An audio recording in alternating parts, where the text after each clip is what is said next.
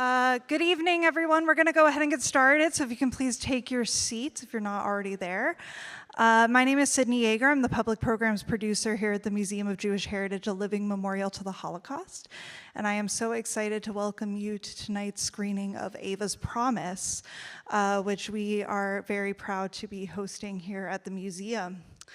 I just want to remind you all to please turn off your cell phones for the duration of the screening, which will also be followed by a discussion with the film's director, Steve McCarthy. Yes, applause, amazing. Eva's grandson, Eric Schloss. Yes. And the film's producer, Susan Kerner. Please stick around after the film is over for that. I know it's late this evening, but we hope that you will come back to the museum if you did not get a chance today to see our exhibitions, including our newest exhibition, Courage to Act, Rescue in Denmark, which is the museum's first exhibition for visitors ages 9 and up and tells the amazing story of the Danish rescue. We also hope that you will join us this Sunday for the museum's International Holocaust Remembrance Day event, which is our reading of night, which will be from 1 to 5. So thank you so much. There will be a Q&A at the end, so please save your questions. Let's get to the film.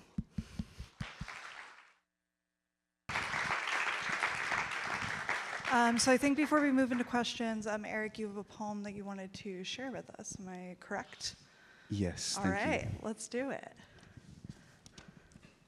Yeah, thank you. This is called To Remember. To remember doesn't just mean not to forget. It means to wear the stories in your heart, for them to be like fuel in our darkest moments, so we can draw courage from them. To remember means to provide a channel through which my ancestors have the opportunity to live again, so we can celebrate them. To remember means not to run from anguish. I used to carry these stories like the weight of the world on my shoulders, as if I had a responsibility for the brokenness. But now I wish to hold them like a candle that leads the way, like a wind on my back which gently nudges me forward in difficult times.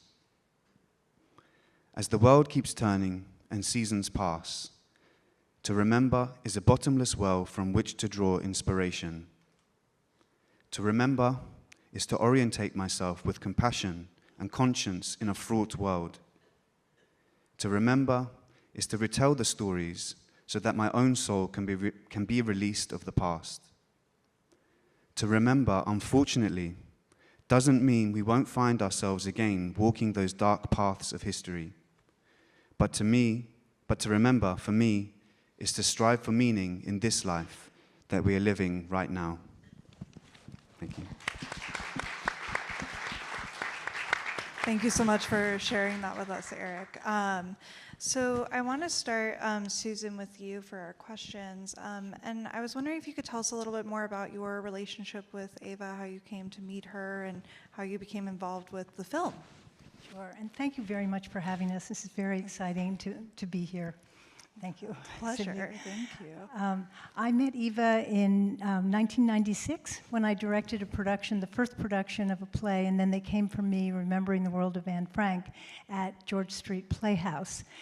We did that play for young audiences in New Jersey, and then the play took off and went all over the world. I ended up directing 11 productions of it, one of them right here in 2016.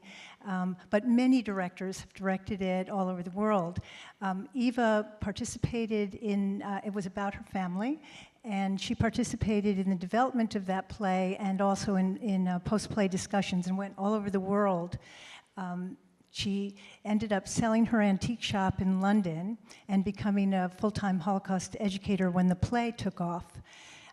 So I got to see Eva many times through the years in the United States and in London whenever the play was being produced.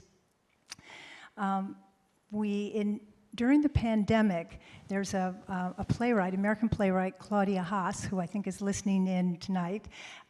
She was doing a play. Eva introduced me to her, and she was writing a play about Heinz and about the paintings. And Eva asked me to participate. We did some Zoom readings, which were popular during the pandemic. And at that time, I realized that this Heinz's story needed a wider audience, and it really should become a film. And at that time, I approached my good friend and colleague, Steve McCarthy, and asked him if he would join me in this and to become my partner. And one thing that was really, Steve is an extraordinary filmmaker, but he also comes with a whole family. It's a cottage industry, and so I was able to work with quite a few people, and some of them are right here. The editor, Ryan, who's sitting right here. And Steve's daughter, Allie, who did the titles for it. So it became a family project. And Justin, who also shot and it. Justin, who shot the film with us. So that's been the journey. And I've continued to visit Eva. The last time was in December. I'm sorry, in November, this November. I went to see her. That's amazing. And thank you for providing such a great segue to my next question, which is for Steve. So Susan mentioned that she contacted you to make the film, but can you talk about sort of making the film from your perspective and what it was like to be involved? Yeah, it was August of 2021, and Eva was 92 years old, and I had just come off another film, and Susan said, "Do you want to do a film?" I said, "What's it about?" She said, "A Holocaust survivor." And I thought, well, this could be the last chance I'll ever get to work with a living Holocaust survivor. So of course I said yes. There wasn't a lot of money, so I turned to my sons and my daughter, and we went over there. And we went over there during the pandemic. And that was kind of difficult too, because we didn't want to make sure that she was protected, right? We didn't want to get her sick. But it turned out to be in some ways a blessing, because we were contained in her apartment with her. And we interviewed her for 12 hours. And really what this became and is and will become is testimony, right, about what happened. We're living in a world now where people are starting to deny that this ever happened, et cetera, et cetera. We have captured her in 4K with 2 cameras for 12 hours. We're going to donate this, the outtakes to Shoah or something to live forever. And I was just really thrilled to be able to have her, something she wanted to do all her life, talk about her brother that she lost, and to do that for her. When I met her, she explained to me that there had been other people who tried to do things that didn't quite work out. So she said to me, "Get it done and hurry." So I said, "Yes, ma'am." And we got it done, and it was a wonderful experience. And Susan, who had never produced a film in her life, is a natural at this. She was terrific in it. And the most important thing, though, was she had this relationship with Eva, which allowed us as filmmakers, my sons and I, to go in there and have this trust already built in, have this relationship built in. So the pieces fell together. We actually thought we were just doing a half-an-hour film. When we got back, I realized we have a PBS hour, which is going to happen, I believe, this year. It's going to go to PBS as an hour. So it just fell together. Thank you. And thank you guys for having us, too. We really appreciate the museum having us, and thank you all for coming too, because we do this for the audience, so we really appreciate that you're here. Well, I want to congratulate you both on such an amazing film. And Eric, I want to ask you how you became involved in the film and sort of what it was like to kind of be on camera talking about your family and your story. Well, it's something that, as you saw in one of the final clips, which I'm not sure if that was in the previous edit. No, we So just that was a added that. That surprise was a for that to surprise be for there. you. Yeah. You as a 7-year-old. Yeah. So, that was me at 7. I've completely grown up with this story. It's, part of me, and I think it's shaped me a lot. And when, my grandma asked if I wanted to be involved, part of me was like, oh, being on camera and having those sorts of doubts. But I knew that I wanted to be involved, and especially, as I said, as a poet, and the the connection with Heinz, because the poems from Heinz, they were actually only translated into English fairly recently, so maybe 2018, 19. So that was really the first time that I really read them and really resonated with a lot of what he wrote about. I knew that I wanted to be involved. That's amazing. Yeah, it was a surprise for us because we hadn't really planned it. It kind of fell together. And then when I just told this to Eric earlier, when we were filming him reading it, I had the headphones on and the camera. And I'm like, wow, this is Heinz talking. You know, he kind of looks a little bit like him. You know, and he read it with such passion and conviction that it was something that as a filmmaker, when it's happening, you're like, holy cow, wow, we're getting this. So it was really a great part of the film and helped us to really flesh it out and tell the story. Yeah, I agree. I think as a viewer, it was really amazing to see that kind of family legacy continue. And Susan, I know that you mentioned that you saw Eva relatively recently, Eric, I think you can comment on this as well, but how is she doing? You know, I think it's been a little bit since the film was made, so what's up with her? Why don't you answer that? Well, I mean, she turns 95 in May. Yeah. She's well. She's still the same fighting spirit. You know, she's a strong character, but yeah, she has dementia, and her memory, and yeah, she's at that age, but I think she's really pleased that the film was completed, and like Steve said, to hurry, and it's finished, so it's really a great thing. But yeah, how was your visit in November? Yeah, well, I'm just so honored to have her in my life. I think she's life-changing for me. We've been friends for almost 30 years. And to be able to have had an effect on her life by finally getting the film that she wanted is just tremendously important. And I'm pleased that Eric and Steve and I can continue telling the story when she can't anymore. So. Yeah. I think we're all really grateful for that, so thank you again. We showed it to her actually a year ago today, and it wasn't the version you've seen. It was an earlier version that we put together quickly to show it to her. And there was a moment afterwards when I was sitting next to her and the film had just ended and we were getting ready to do this type of thing, and she really just started crying, and I said to her, we did it. We did it. You promised and you delivered, and we did it. And she's an incredible person and led an incredible life, and just really is still going. I mean, considering how old she was when we interviewed her at 92, she's just fabulous. She's really tremendous. Yeah, she's an amazing person. That's amazing. And I'm wondering, we know how Eva reacted, but I'm wondering how the rest of your family reacted to seeing the film.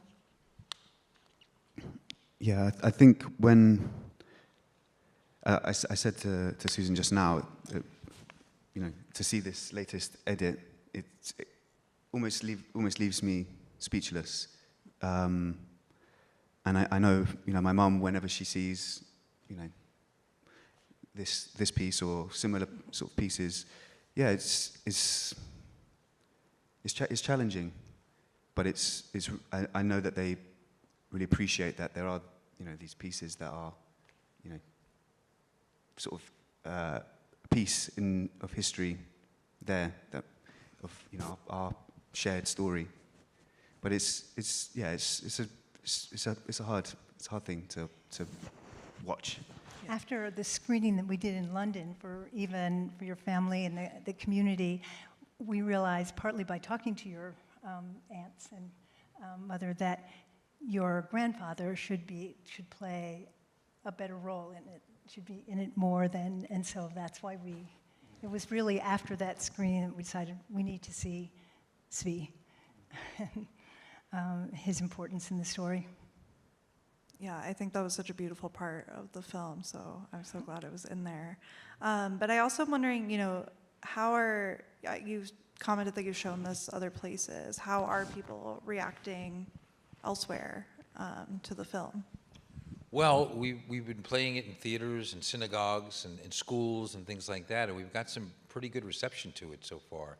The folks at American Public Television really rolled out the red carpet for us. Tomorrow we're speaking to an educational distributor on the West Coast, and we hope, the real goal of this, of course, is to get it into schools eventually and have young people grow up with this. There are many states that require Holocaust education. New Jersey's one of them, I know that.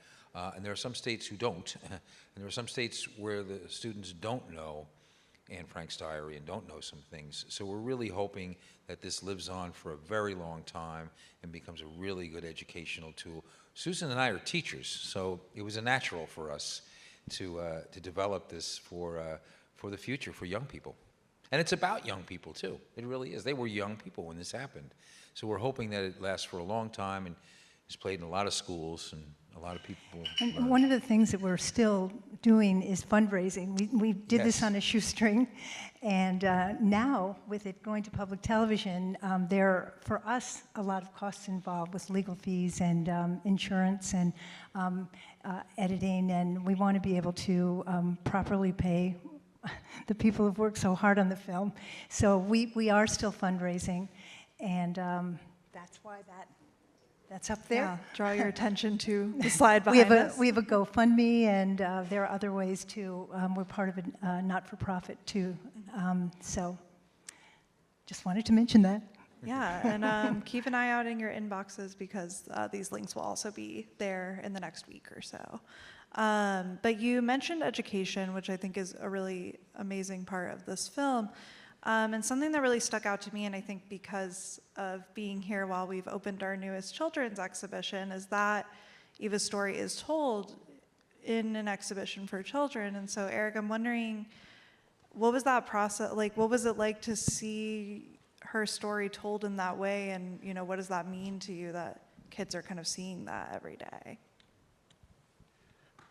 Yeah, so I was in the Resistance Museum in Amsterdam with my grandma in, I think it was 2018, 2017, 2018. And like I said, you know, I grew up with the stories, but then to see you know, the different objects, to see the poems, to see some of the paintings which I'd never seen up close. Although one of them, the painting of the child playing in the room, I actually had that in my bedroom as a child. You did? Yeah. Wow. But I didn't know what who made the painting. I didn't know the history of it.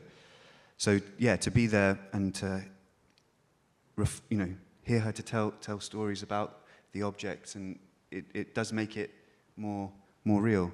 Yeah. And I think that, yeah, in an education, from the education perspective, you know, maybe when seeing things in history books, you know, that has a role to play.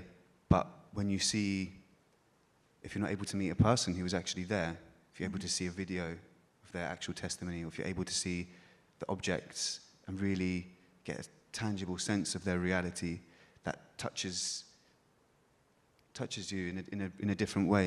And I think that's what, for me, that's what's really important. You know, if we want to avoid, you know, if we want to generate more compassion, have people to respect each other, then, you know, to have people to really feel it is really important. Yeah, I completely agree. I'm curious. I know you said, or I read that it's starting with 9-year-olds being invited. I have 10 and 12-year-old grandsons who've seen the film. My 9-year-old grandson, his parents, my son, won't let him see it yet. And so it's interesting to me that it's starting at 9, and this may be a way, I'll bring him here. This may be a way to kind of ease him into that before he sees the film. Yeah, definitely. We'd love to have him here. Yes. So. Well, before we move on to audience questions, I want to thank all three of you for joining us here and for giving us this amazing film. Thank you. So we will move into audience questions, but before I go down, I'm going to bring my mic around, so please wait for me to get there. And please do limit it to shorter comments or a question. So If anybody wants to ask a question, raise your hand. Okay, I see one. I'm coming. Was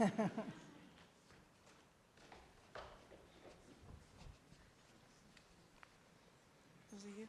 Okay, sorry. Thank you, Steve and Susan and Eric, for being here and for sharing Eva's remarkable story.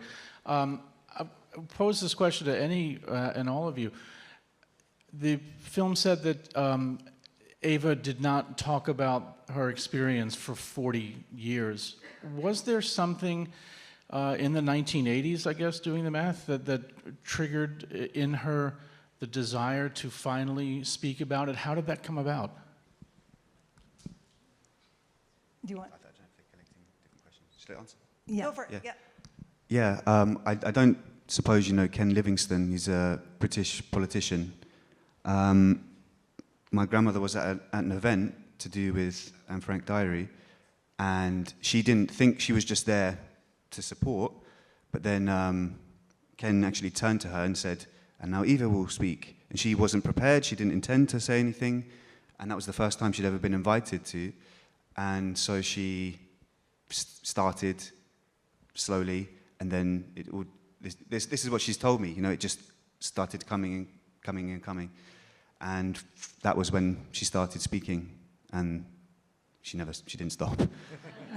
That was in the late 80s. Yeah, so around the time I was born. Yeah. Do we have any? Oh, okay.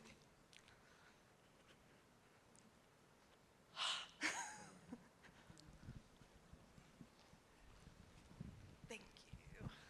Yeah, I wanted to know about the archival film. Where did you find it? It was all fascinating. It's footage I've never seen. Well, it wasn't, usually in these films we hire an archival researcher and they're experts in this thing, but because we didn't really have any money, Ryan and I did it. We found it. And we found it on the internet, and we just dug and poked around, and then we found that train footage, which was amazing because it was shot, I knew that it was shot in Westerbork, and then I started to put the dates together with her story. I'm like, wait a minute, this is probably the day. And then we called Eva up, and she kind of confirmed it. But then we didn't realize the importance of the film until we returned to Amsterdam and interviewed Nina Siegel in the piece. And she knew all about that film and how it's the significance of it, that it was shot by a commandant, was, I guess, Was shot by a the prisoner. commandant ordered it, or you know, asked for a prisoner to do it to prove that the camp was still valid and still worth keeping. They were going to close it down. So it was really, that train thing was really interesting. The Anne Frank footage in the beginning was something, again, we just stumbled upon on the internet. It had been about 10 years ago, right? Yeah, we knew about, yes. Yeah, so it was known that it was they discovered it maybe 15 years ago, but only 5 years ago, I think your grandmother was given it and said, "Is this your brother?" in the film, and it was Heinz on the bicycle. So, you know, the decision was made because of the popularity of Anne Frank and everything to begin the film that way, to sort of draw the audience in, and to introduce her brother, too, as a character in there. So, yeah, those two pieces of archival footage are critical to this. But the other really important archival stuff was those family photos that miraculously were there when they returned to Amsterdam, which was a very rare thing. Without those photos, it would have been very difficult to tell the story of the family, because we had all those great photos of them growing up, even her brother and her mother and a couple of her father. So those were the key archival stuff that was really great. If we did have funding, we might have found more. I don't know, but we did the best we could. Okay, I'm going to go here, and then I will go over there. I have two questions. One has Eva given testimony, and is it filed in any of the archives of Holocaust testimonies, Yes, either in London or here? The Shoah Foundation, yeah. She did in 1996, and we had 2 clips of her Shoah Foundation in the film, her testimony. You can look at it. It's online. Yeah, the whole thing Right. is The whole online. thing. So it's at the Shoah Foundation. Then the second question is, have the poems ever been published, or any excerpts of the poem? There is a book which was only a short run of prints made. Yeah, maybe that's something to look into. There's not many of them. Susan has one. Do you have one? Yes. Yeah, but you know, there are not many around, really. But it'd be nice, and it's very interesting because they're in Dutch, English, and German, and the poems are in there, and all the paintings too. Maybe there's a way that we can encourage that to happen. Hi, I have a question. How did doing this project change the three of you? Oh. Well, I've been a theater director for many years, so this is my first experience in working in film. And for me, it was really learning on the job. And I had a wonderful mentor. She's a natural. But I guess I mean emotionally, Okay, as a yeah. person, not as a filmmaker. Really, it's about this very long relationship that I've had with Eva, and knowing over the years more and more how much she talked about Heinz, and feeling that probably the most important thing that I could do, the most important work that I could do in my life and career, was to help her with this. It meant a huge amount to me to be able to give that to her and to myself. I really feel like I've accomplished something important. You did, yeah. Okay. For me, I am kind of drawn to very dark subjects with a lot of death and destruction, whether it be terrorism. I've interviewed Muammar Gaddafi. I've been to interview jihadis going to Iraq. It seems to be part of my interest. I don't know. I guess it's dark Irish in me, but diving into the Holocaust like this for 2 years, especially at this time, what's happening, right after we filmed the first time, the ADL report came out with the rise of anti-Semitism in the world, and of course what happened in the fall and the fallout from that. There's just an increasing rising of ugliness towards Jewish people and stuff. So I'm proud to continue to remind people of what happened to them, because it is not to be forgotten. And I don't know what else I can do. Yeah, you know, I mean, I'm the filmmaker. That's what I do. So that's the best I can do. You know, And how did your working with your children on this? Well, yeah, Barbara, thanks for that question, because it was really special. We've worked together on different things, but this one was really great to have my sons meet Eva and spend time with Eva, and really kind of get to know her and her story and things, and they were just blown away by the story. My daughter is an artist, and we were trying to figure out how we were going to do the graphic work and everything. She took a look at the film. She said, well, it's the writing, the cursive writing from his poems. Yeah. That's the style, and it brought the film together in a great way that paid off. The music was done by a guy named Jacob Seligman, who's, I don't think he's here tonight, I wish he was, but he created that theme, da-da-da-da-da-da, and he is a child of the Holocaust. His parents were very affected by it, so for him it was very rewarding. And then Joel, my brother-in-law, Paul is here somewhere. His brother is like one of the world's greatest violinists. And Joel Smirnoff. Yeah, Joel Smirnoff, and he provided the strings in there. So there was other family members too, which was really cool. But no, working with my sons on this and my daughter was very special. Yes, indeed. The editor, yes, Ryan. He did most of the work, Ryan. actually. Stand up, Ryan. Stand Come up, on. Ryan. He worked more than all of us. Yeah. I just wanted to thank you all very much for doing this. And I want to pick up on the education piece, because my name is Steve Goldberg. I'm the Director of Education at the Holocaust Center in White Plains. And I had the pleasure of meeting Susan and Steve last June in Dallas at the annual conference of the Holocaust Organization, the Association of Holocaust Organizations, and we offered very delightedly to write an education guide to this film, because I think I want to pick up on the theme that this is a wonderful teaching tool, not only for social studies teachers, but I think one of the things that as Holocaust educators, we're always looking at the interdisciplinary approach, and this will resonate with English teachers as well. I think it's our hope in the teacher's guide not only to provide the historical context, but also hopefully to be able to print some of the poetry so that students will be able to have it and read independently of the film, but certainly in connection with the film.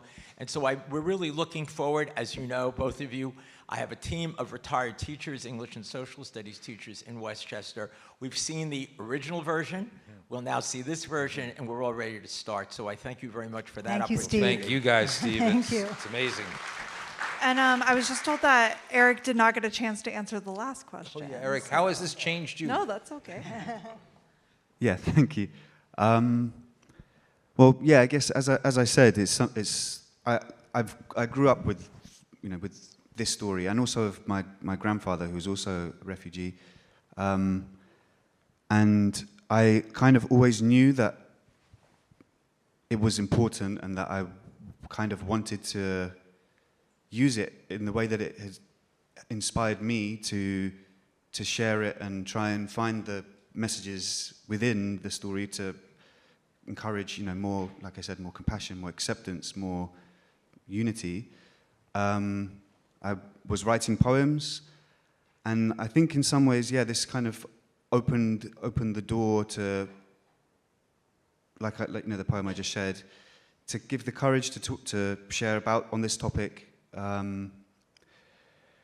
Yeah, it was really emotional to watch, and I think, yeah, I feel inspired to continue, and yeah, I look forward to what might come in the future.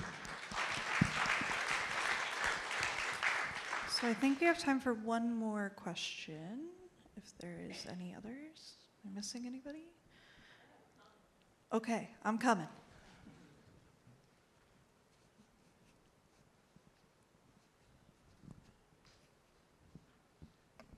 I was going to ask about the train footage because research, but I'm Deborah Susan. We emailed recently.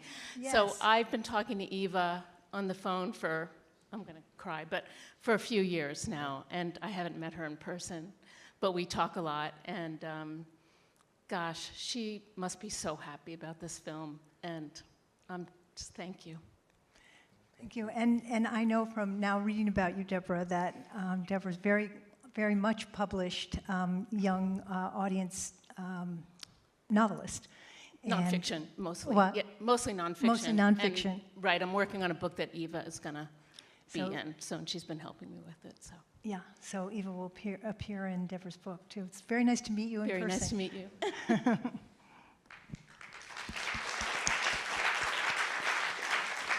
Well, I think we're going to have to wrap up, but if there's anything else any of you want to end us on, we can do so.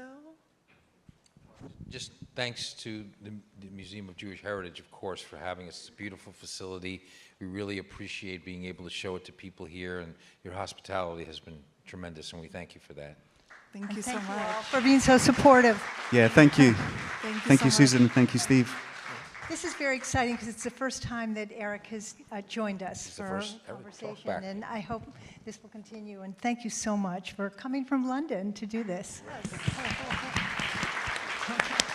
Well, I want to thank all of you for joining us, and thank you so much for coming out this evening. Have a great night. Thank you.